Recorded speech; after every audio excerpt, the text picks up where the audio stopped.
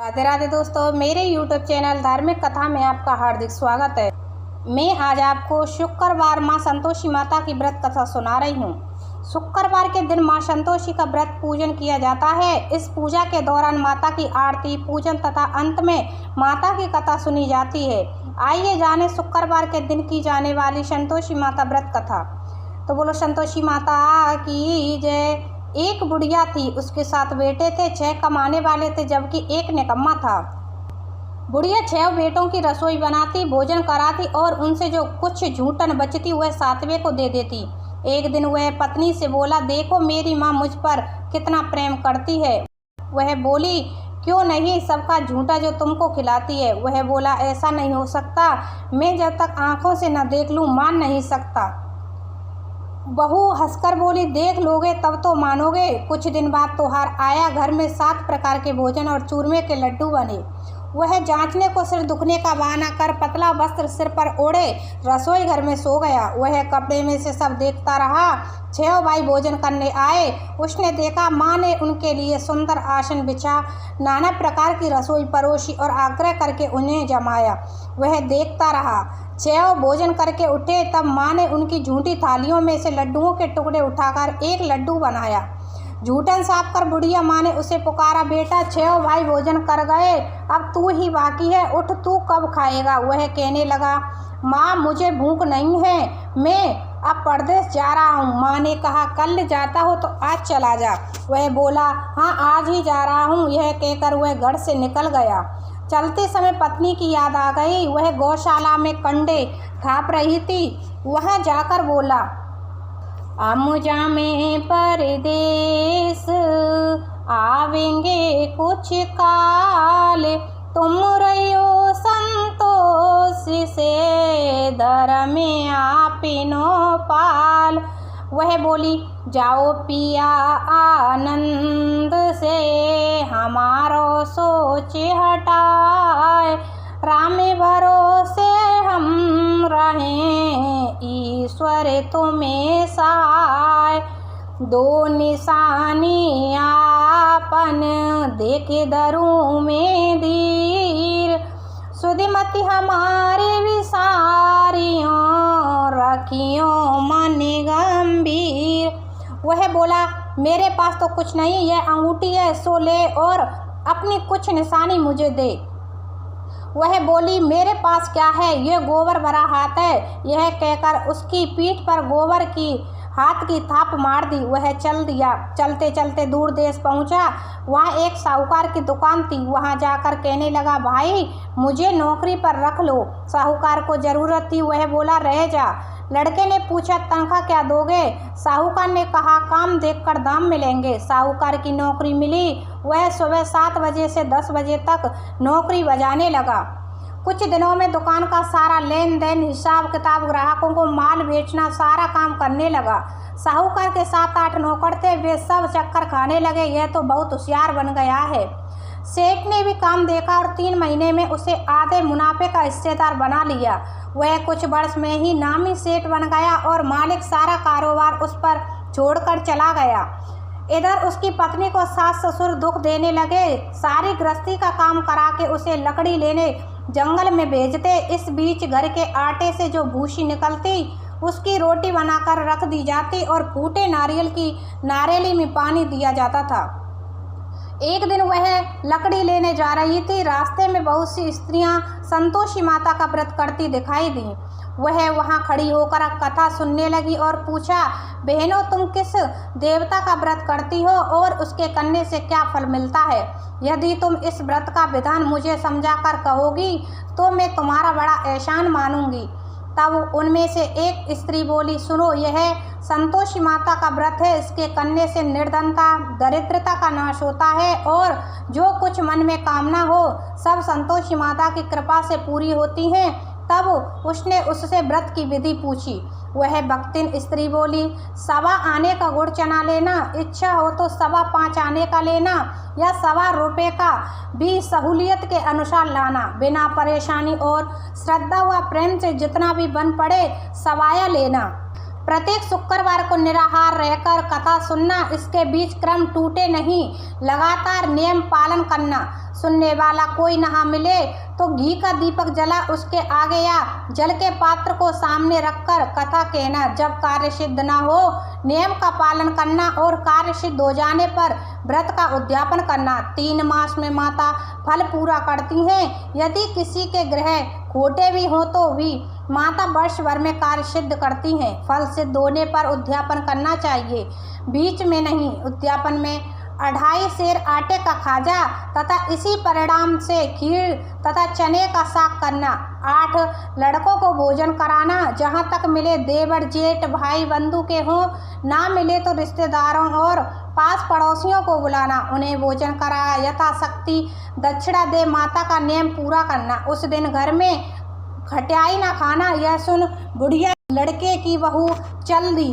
व्रत का प्रण करना और माँ संतोषी का दर्शन देना। रास्ते में लकड़ी के बोझ को बेच दिया और उन पैसों से गुड़ चना ले माता के व्रत की तैयारी कर आगे चली और सामने मंदिर देखकर पूछने लगी, यह मंदिर किसका है?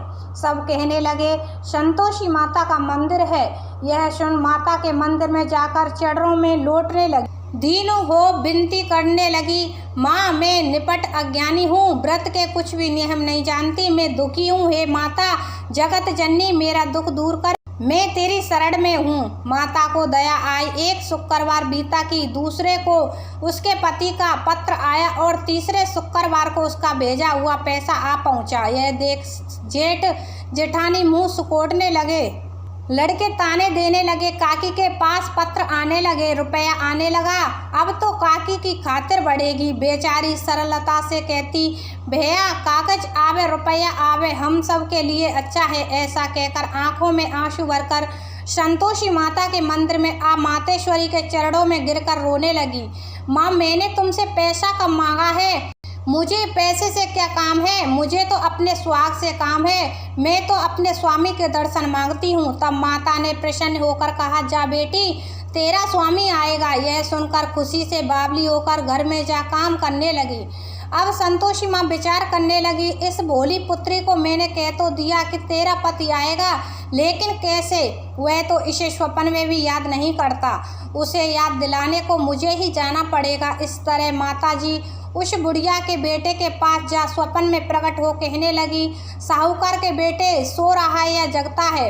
वह कहने लगा, माँ सोता भी नहीं जागता भी नहीं, कहो क्या आज्ञा है? माँ कहने लगी, तेरे घर बार कुछ है कि नहीं? वह बोला, मेरे पास सब कुछ है माँ, बाप है बहू है, क्या कमी है? माँ बोली, भोले पुत्र तेरी बहू घोर कष्ट उठा रही है, तेरे माँ बाप उसे परेशानी दे रहे हैं, वह तेरे लिए तरस रही है, तू उसकी सुध ले। वह बोला, हाँ माताजी यह तो मालूम है, परंतु जाऊं तो कैसे? परदेश की बात है, लेन देन का कोई हिसाब नहीं, कोई जाने का रास्ता नहीं आता, कैसे चला जाऊं? माँ कहने लगी, मेरी बात मान, सवेरे नहा धोकर संतोषी माता का नाम ले, घी का दीपक जला, दंडवत कर दुकान पर जा बैठ।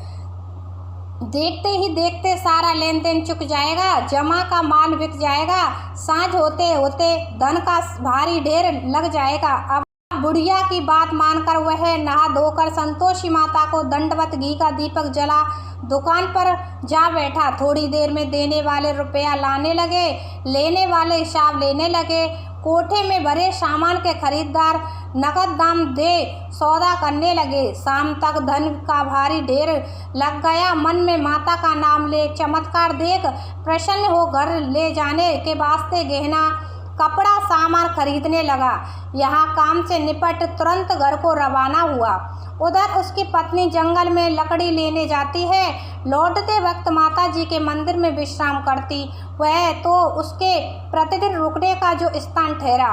धूल उड़ती देख वह माता से पूछती है, माता यह धूल कैसे उड़ रही है? माता कहती है, हे पुत्री तेरा पति आ रहा है, अब तू ऐसा कर लकड़ियों के 3 बोझ बना ले, एक नदी के किनारे रख और दूसरा मेरे मंदिर पर व तीसरा अपने सिर पर। तेरे पति को लकड़ियों का गट्ठर देख मोह पैदा होगा, वह यहाँ रुकेगा, नाश्ता पानी खाकर माँ से मिलने जाएगा। अब तू लकड़ियों का बोझ उठाकर जाना और चौक में गट्ठर डालकर जोर से आवाज़ लगाना। लो सासू जी, लकड़ियों का गट्ठर लो, भूसी की रोटी दो, नारियल के खेपड़े में पानी दो, आज मेहमान कौन आया है। माताजी से बहुत अच्छा कहकर वह प्रसन्न मन से लकड़ियों के 3 गट्ठर बनाई, एक नदी के किनारे पर और एक माता के मंदिर में रखा। इतने में मुसाफिर आ पहुंचा। सूखी लकड़ी देखकर उसकी इच्छा उत्पन्न हुई कि हम यहीं पर विश्राम करें और भोजन बनाकर खा पीकर गांव जाएं।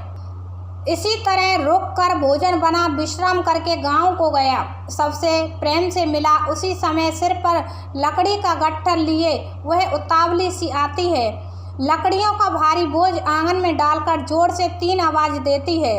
लो सासू जी, लकड़ियों का गट्ठर लो, भूसी की रोटी दो, आज मेहमान कौन आया है। यह सुनकर उसकी सास बाहर आकर अपने दिए हुए कष्टों को बुलाने हेतु कहती है, बहू ऐसा क्यों कहती है, तेरा मालिक ही तो आया है। आ बैठ, मीठा भात का भोजन कर, कपड़े गहने पहन।